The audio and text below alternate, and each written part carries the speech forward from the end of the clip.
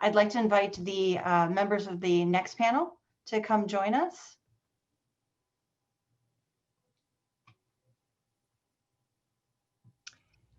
Thank you, Jessica. This is Sally Pastana waving from across the pond. I'm at Kapiolani Community College in Honolulu.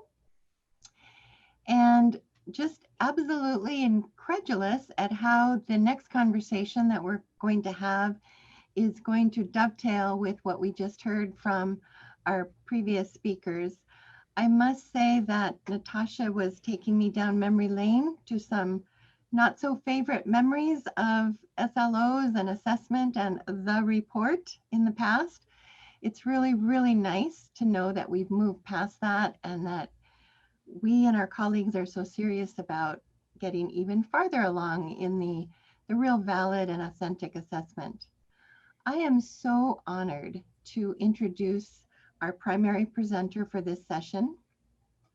She is Dr. Cecilia Rios Aguilar, Professor of Education and Associate Dean of Equity, Diversity, and Inclusion at UCLA's School of Education and Information Studies. Her research focuses on the educational and occupational trajectories of marginalized students. Her latest co-edited book is Funds of Knowledge in Higher Education, honoring students' cultural experiences and resources as strengths. It refines and builds on the concept of funds of knowledge in a sophisticated and multidisciplinary way to examine issues related to access and transition to college, college persistence, success, and pedagogies in higher education. The implementation of guided pathways has revealed a gap in how colleges are measuring and valuing students' prior experience and labor histories. I think the foundation for that fact was set by our previous session. Today, we're going to tap into Dr. Rios Aguilar's expertise to learn her thoughts on how we can bring students' funds of knowledge, including their labor history, into the classroom and how best to validate that experience. Perhaps I can set the stage by reminding everyone that just like our educational institutions, workplaces are highly structured environments for learning. As employees engage in learning activities in workplaces, they develop a cluster of knowledge, skills, values, and feelings that inform their behaviors and decisions. This knowledge also includes learning about personal relationships, power, their own potential, the ways in which workplaces can both fulfill and restrict their own aspirations. Utilizing a funds of knowledge approach to identify and leverage students' labor histories in higher education could have significant curricular and pedagogical implications for community colleges as we attempt to prepare our students for dynamic and innovative job markets. So with that, I'm going to ask Cecilia to share some examples of student stories and experiences that highlight these funds of knowledge. Thank you, Sally, and thank you everyone for joining us today. It is really an honor to be here. I don't know if I'm the expert, but I do want to share with you some of the research that we've been doing collaboratively in the past decade with students and with this concept of funds of knowledge. First, I just want to make sure that we understand this concept a little bit better. This is my challenge, I think, of my career, is trying to help people understand what is it. First of all, I come up with this idea. It emerged actually in the K-12 literature in the 90s. And it's based on a very simple premise. People are competent, they have knowledge, and their life experiences gave them this knowledge. Think about all the resources that we use every day that people have acquired as a result of living in their homes, participating in social networks, engaging in cultural activities, and in through our labor histories. And that's really the point that I have been working lately with my colleagues, is to make sure we understand that workplaces and labor histories are very important sources of knowledge. This concept, like I said, emerged in the literature a very long time ago, and we use it to remind teachers that students come to our educational institutions knowing a lot. There's mathematical knowledge, there's scientific knowledge behind all of the activities. It is our job to try to uncover it so that we challenge this idea that students are deficient. I go around a lot in places throughout our country, and I hear students lack this. They don't have that. They're busy. They work too much. But I ask myself, why do we have to define and describe our students that way instead of pausing and saying, what is it that they have done? What are the skills that they bring, so that we can then focus on understanding and valuing what they have, instead of thinking these are all impediments to do college and to be successful. So what we have tried again to do is in documenting these sources of knowledge and trying to help people move beyond the idea that students are busy, they have many responsibilities, but instead of saying, how could we validate and build upon these knowledges? Of course, students have vulnerabilities.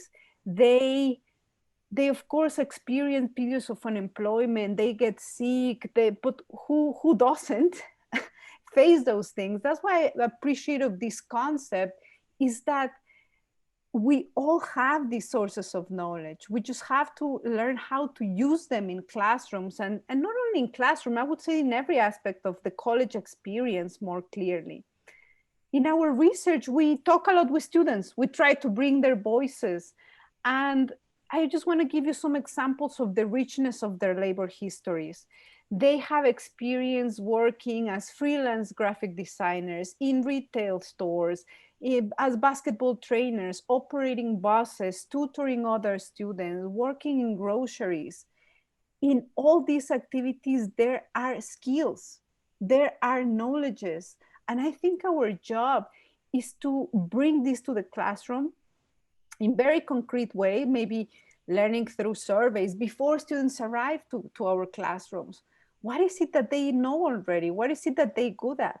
And then throughout our pedagogy, start inviting them to connect what they know with disciplinary content, but also engaging in conversations about what is it to do this job that you guys are doing? What is it that you like the most about it? Have you failed? I will never forget this recent interview that we had with a student who shared with us that throughout all the jobs that she has had, she's noted that she's becoming an irreplaceable worker. And it was just such a profound thought that I had not occurred to me if it was not talking to the student, that they are living in this very dynamic labor market. They are experienced, they are living it. And they don't talk about it in the same ways we do, or we want them to explore and embed career thoughts, but they are coming already with so much experience, but we haven't had the time to really ask them about this knowledge and to validate. There's another concept that relates to this, which is their community cultural wealth.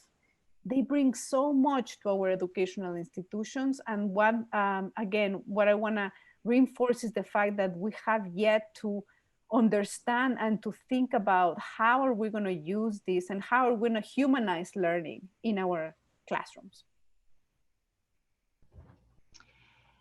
Can you give us an example of how their labor history intersects with their identity, and how there may be disconnects between a student's mental model of how labor, education, and career are connected?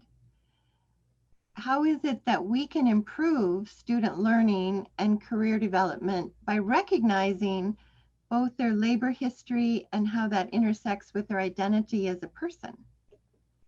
Thank you, Sally. I think that's the other piece of the puzzle that I think, the panel before mentioned a lot about guided pathways, and the fact that we're pushed, or institutions are being pushed to embed careers in all aspects of their work, and helping students choose a major and then stick with it so that they can get somewhere. But I think absent from these conversations is the students' identities, what they, again, bring to our colleges. Not only they bring the richness of their labor histories, but they're also bringing who they are. They are immigrants, English language learners, student parents. They have many, many aspects of their lives that they're also questioning themselves. So what I say, the equation should be labor histories coupled with conversations about racial and ethnic identities, about, like I said, maybe having some sort of learning disability. We don't talk about these things. We just want to almost separate students from these and have only conversations about careers and jobs and salaries and potential earnings. Students know those things. They're, like I said before, they're savvy labor market people because they're living it. But what we're not doing is engaging with these identities. And I'm going to give you 2 examples because I want to bring the student voices, as you asked me, Sally. One of these is Jamal. Jamal is an African-American student. He has some experience playing football in high school. He had aspirations actually of becoming a Division I player, but his plans didn't come to fruition, his plans to play football. He also had experiences working as a security guard. His family is very supportive of him going to college, but he actually hasn't had much time talking to his parents about his academic and careers plan. He's a first-generation college student. And when he had to decide his major, he actually relied on his friends. And he shared with us this conversation he had with one of his classmates. And he said, you know, in this class, you talk and you kind of learn how to read people's body language, how to do speeches, how to do one-on-one talks and stuff like that. And I was like, oh my God, that could probably help me finesse my way through stuff. So I literally chose that for my major. So growing up, Jamal experienced how to hustle and finesse to get what he needed. He learned that this skill is essential to navigating the world around him and securing resources that he needs. So based on this brief conversation with his friend, Jamal decided to pursue communications as he associated this major with learning how to talk. However, after declaring these communications, Jamal never explored potential academic or career paths in this discipline. He also knows that there is a Black tax that is attached to his future. He explains what being Black means to him.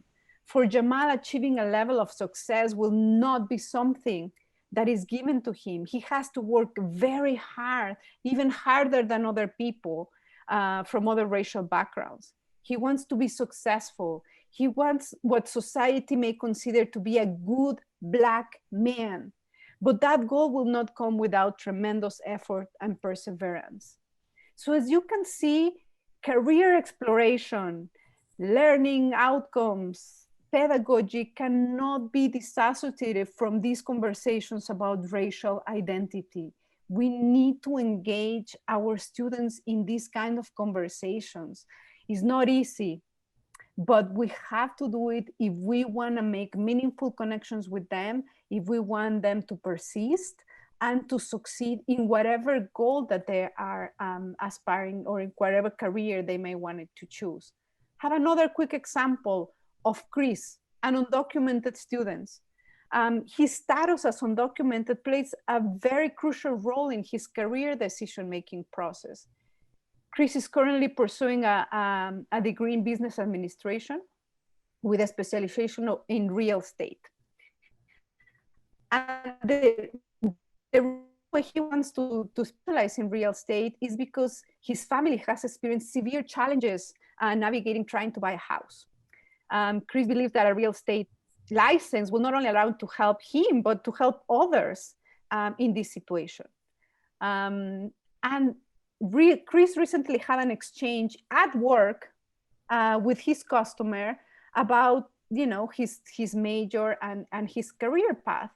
And this customer spoke with him and showed him a chart of the various laws related to his undocumented status. And Chris actually decided to change his major to business as a result of this interaction with the customer, because now he understands his chances of becoming someone and owning a business given his undocumented identity.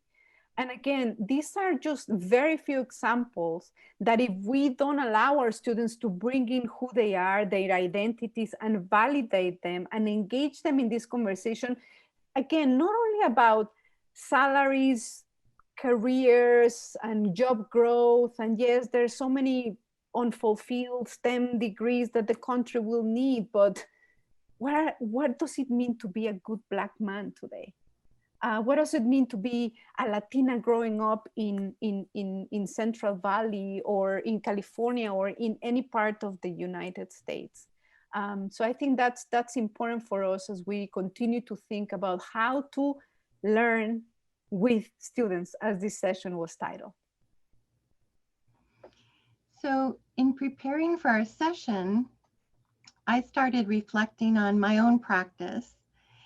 And I do believe that faculty and counselors innately have a concept of what it means to try to ferret out students' identities in these different ways. And I came up with a recent example for myself. I was in the classroom teaching phlebotomy, not to be confused with lobotomy, not brain surgery, but blood drawing. And I always start my classes getting to know the student based on their past healthcare experience. And I learned through that survey, icebreaker survey on the first day of class, that one of the students had worked in the past at the blood bank of Hawaii. To draw blood in large quantities like that is a very, very sophisticated upper level hands-on skill.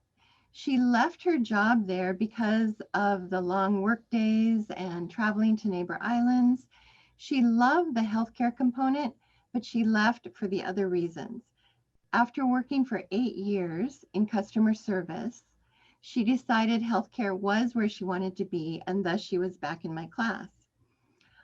I did what I thought was a very sensitive, respectful validating of her experience throughout our 8-week class.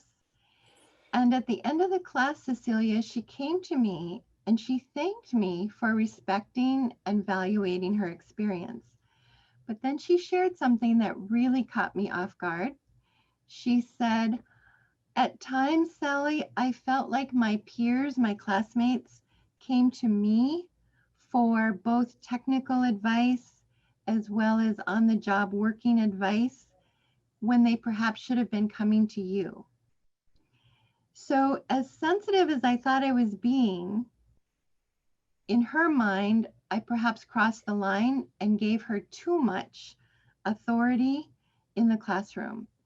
So I'm wondering if you can share some thoughts. This is in particular now to labor history, but I can see that the same kind of fine balance has to be maintained for all of our students' various identities, whether it's their status as a parent or a provider of elder care or their ethnic identity.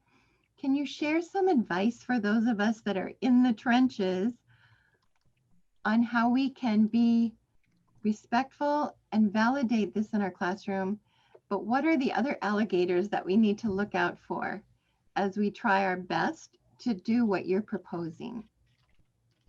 Thanks, Sally. I just first have to appreciate your honesty and your desire to just be fully transparent and say, I've tried this, and sometimes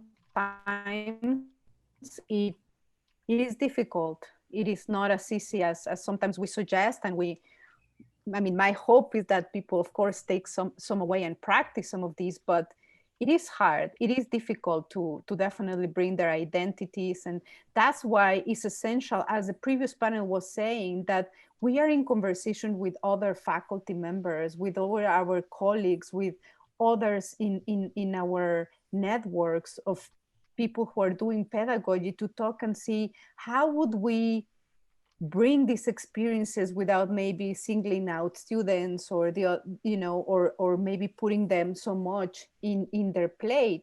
And I think part of this is because of their past educational experiences that also have not been very positive, and we're not used to giving them credit. We're not used to making them co-learners with us. So that might be part of the issue, that some students are not used to being asked, or they're not being put in a situation where they are the experts because no one else has asked them before or has even validated that experience. So some of them may inevitably be feeling uncomfortable. The other thing that we have to be mindful is that students we always learn in conjunction with others, right? So she said, well, you are the expert. Why don't we come? Their peers were coming to her as another way of validating or maybe asking some other knowledge. But what it tells us is that we learn with others, and that classrooms are sites of hope, of possibility and transformation. That's where these things happen. And again, I'm not gonna say that this approach or that validating histories is an easy task. We have to be prepared to engage in tough conversations. And I think maybe suggesting other ways to do it through, learning about that, and maybe not putting them at the center, just one person, but maybe designing activities or other ways of validating their knowledge and their experiences, but through some more specific assignments, videos, or even asking the students, how would you want me to bring up the fact that you have this expertise? Could we collaborate together in bringing this? So I think this whole approach decenters just the role of one expert in the room. There's multiple experts. And I think that would be one way and one example to try to do this. The other way that I think we could do is by providing us faculty, staff, colleges. It's not just the role of faculty, but also counselors, other staff that is serving students. We'll have to re-equip ourselves with different toolkits, I think, of different questions that we should be asking in the classrooms, in our interactions with students, not only in the classroom, but there's always that moment that we're currently lacking, right? This in between going out the classroom and entering into those special moments where students were asking us questions before we came in or out, or even asking their peers. So I think we have to make sure that we use those spaces more often. And it's everybody's job to equip ourselves with different ways to validate, but also to help students explore more. Thank you for pointing that out, that it really is a team effort. And the more we can communicate with each other and share both successes and perhaps not such great successes, everybody wins as a result of that. I'm not sure where we are on time. I think we are almost at the point where we're ready for questions. Before we take our questions, is there anything? Can you share an example that comes to mind that you're aware of where that team approach has been structured and maybe implemented on a little more deliberate, intentional way? It's one thing for us to work with our colleagues on an informal basis, but are there any suggestions that you might have for us on structuring a professional development opportunity or a plan to work with each other? I'm thinking specifically faculty, counselors, as well as other administrators and supporters in the campus itself. Thank you, Sally. As I said, this is a team effort. This is not the responsibility of one person. And these funds of knowledge approach, what we've been doing at some community colleges is a part of its essential components is to have study groups. That means to come together, practitioners, counselors, faculty, to talk, use the student voices, use these interviews, this data that we've collected, and talk it out loud and say, how, for instance, can we help students explore more careers? How could we change curricular activities and build upon each other? So it's in these study groups, in this constant engagement of discussing data, discussing pedagogies, discussing, you know what, I've done this and work, or I've done this and it didn't work. So just talking it out loud with each other, but centering the voices of students who need to be at the center of decision-making processes. These are low-income students of color that bring all this identity. That's the equity part of this conversation, that we need to put them at the center of these conversations. Otherwise, if we don't do that, we're gonna continue seeing the same patterns, unfortunately, that we keep seeing. Very, very sage advice. Thank you. And thank you very much. We've had a very active chat going on, and there are some questions that have surfaced out of the chat that I'm going to share with you now, Cecilia and Sally, for you to tackle. Michael Reese noted in the chat that Google recently opened up a program for learning specific skills, such as a data scientist certificate program. Once students complete these certificates, that then opens the door for them to apply for jobs at Google. So how can applying a funds of knowledge concept or lens prepare institutions of higher education to respond to disruptive efforts like these to unbundle higher education? And is this a challenge that we are prepared to meet, and how can funds of knowledge help us better understand what's going on with these types of efforts that we're seeing, for example, from Google? Thank you, Craig, and thank you for the question. I know these are tough questions. The audience is right on, spot on, because these are things that are happening. Students are questioning the value of attending higher education. They're constantly asking, is it worth my time? Is it worth going through so much that they have to give up in order to get their credentials? And that's response to part of that. We're not making meaningful connections with them. So they're seeking for other alternatives. So if we don't, again, engage in these funds of knowledge approach of learning with students, from students, to make these meaningful connections, they will keep asking themselves, is it worth it or not? And if it's not, they're going to look for other alternatives. So that's one of the reasons why we think this approach is highly needed, and the conversations need to start happening more and more often across all institutions, in institutional research offices, among counselors. I think this has to be, again, a way to invite all of us to talk to each other more. I would add one comment to Cecilia's. Not only are we perhaps not meeting the needs of the student who's saying, do I really need this full-on degree to do what I want to do?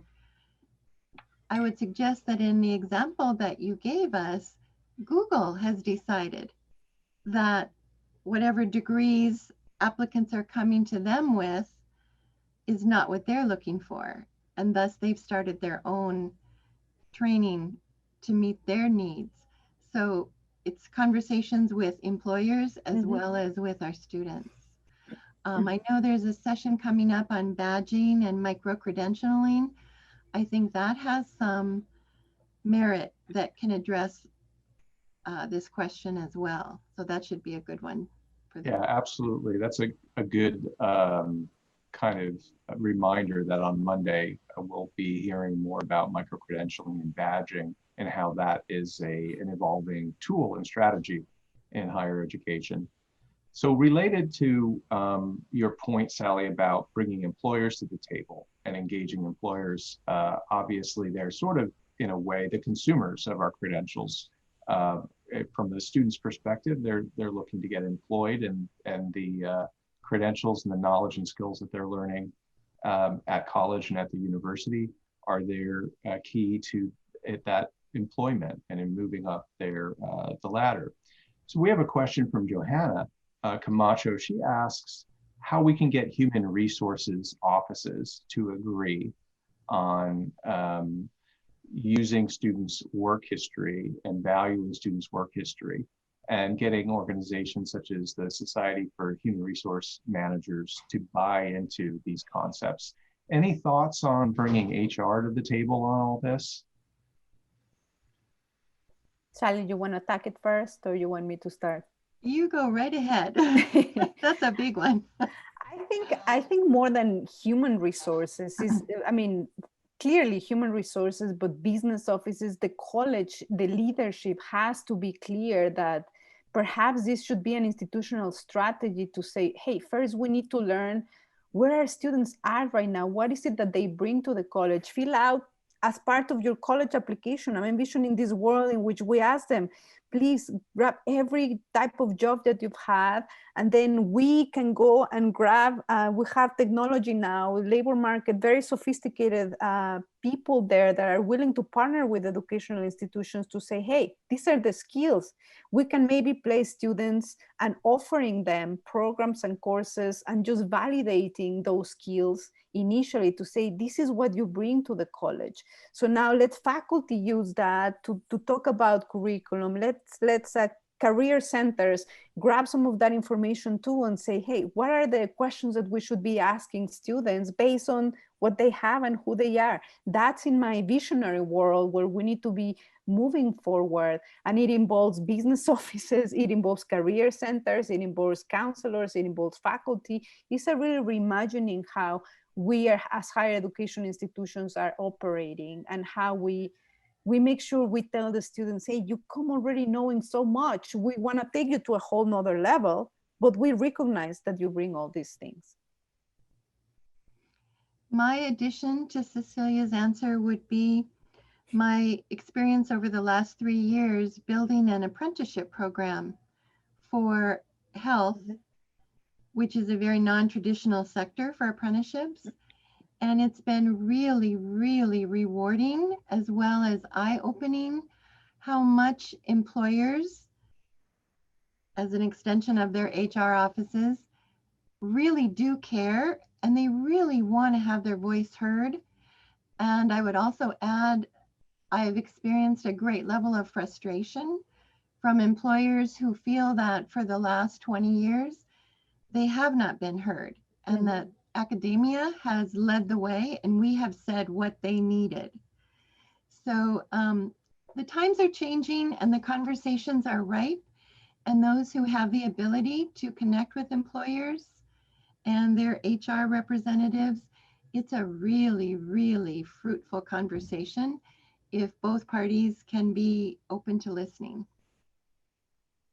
Wonderful. We have a question from Stephanie Droker asking about how we can articulate the value of a degree that includes students' cultural experiences and histories. And I'm going to just throw in a connection to some earlier comments in the chat thread about credit for prior learning and competency-based education. Do you see those as avenues to connect students' funds of knowledge to an accredited degree that is recognized, a recognized credential widely with employers and in general? Definitely. I think these conversations are linked. And what I so appreciate what Sally said before, that employers are part of the equation. The private sector needs to be more in conversation with institutions. And let me just say that if there's one sector, in my opinion, this is my very personal opinion, okay, knowing that I work for a 4-year sector, but if there's a sector that has a potential to really innovate, to really serve students from an equity-minded perspective, is the community college sector. For me, right now, what we're experiencing with COVID-19, what we see, we need, in the case of California, we need a new master plan.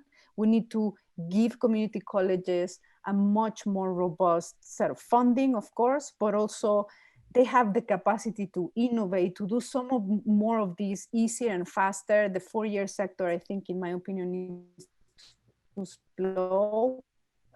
and you guys are educating most of our marginalized students that desperately need this validation and this credit for prior learning, and I guess it's the validation of who they are and all the wealth that they bring to the college setting.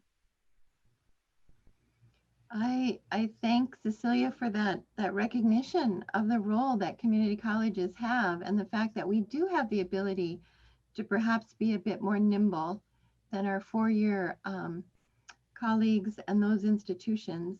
I would suggest, or maybe I'm going to share my vision, my hope. The Hawaii community colleges have really struggled for 30 years on how to make prior learning assessment work. We make attempts every couple of years. We get bogged down in bureaucracy and disconnects between each other on how to assess that. I'm going to suggest that the monster that we are now dealing with in Hawaii, as well as some of our California, I'm sure in different regions, but Hawaii across the islands, because of our strong dependence on tourism, and we have no tourists now. So our displaced worker problem is a tsunami, an absolute tsunami. And those are people that are bringing just incredible, rich work histories and other experiences to the table.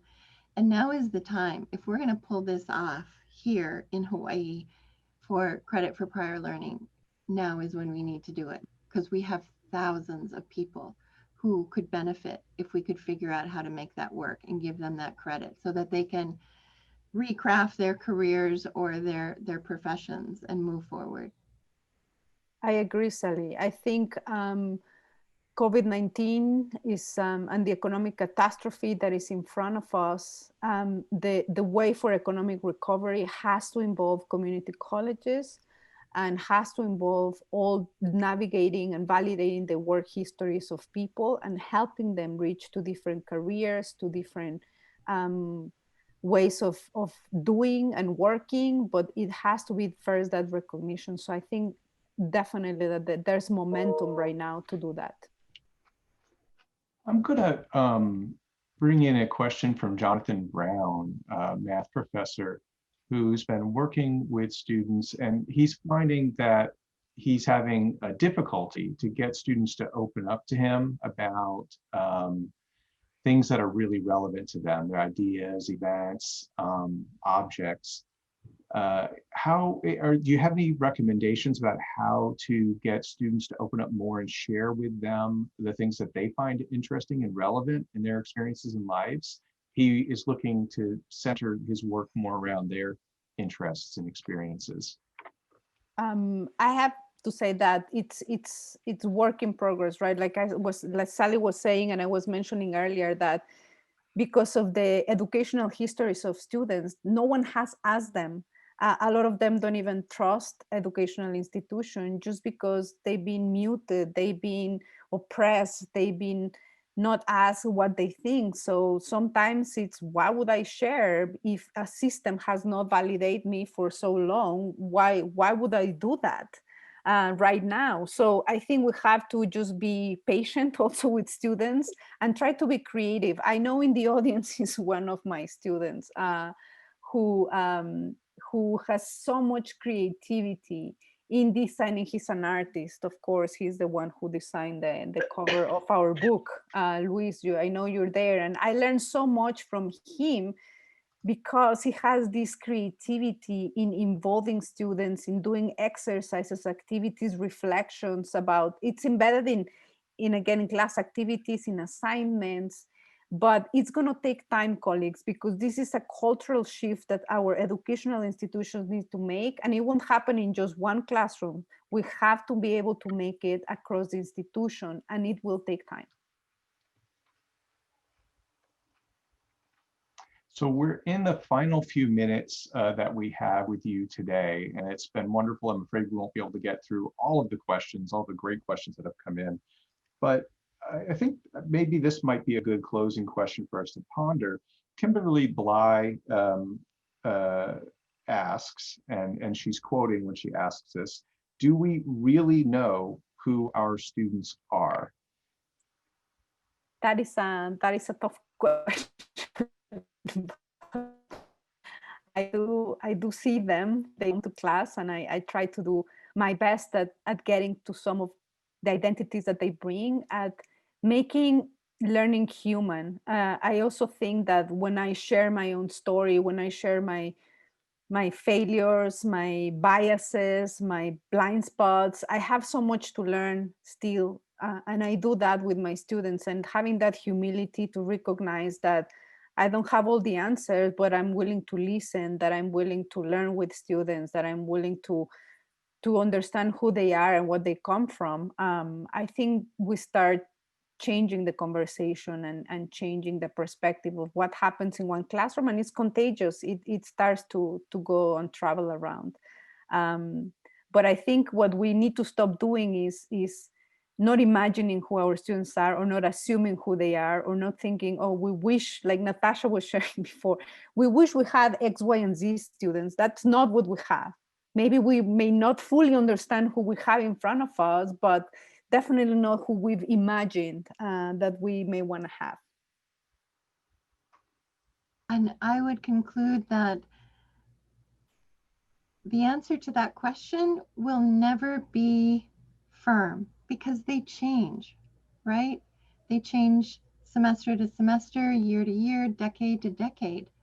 I'm coming up on the end of my 4th decade at the college, and such a different group of students throughout the years. So I would suggest that we never stop asking that question, because when we do, we will have boxed ourselves into a corner, and our students will be the losers for it. Thank you very much. Thank you both for your time today. We're going to hand it back over to Stephanie and Sonia to close up and walk us out. Thank you so much.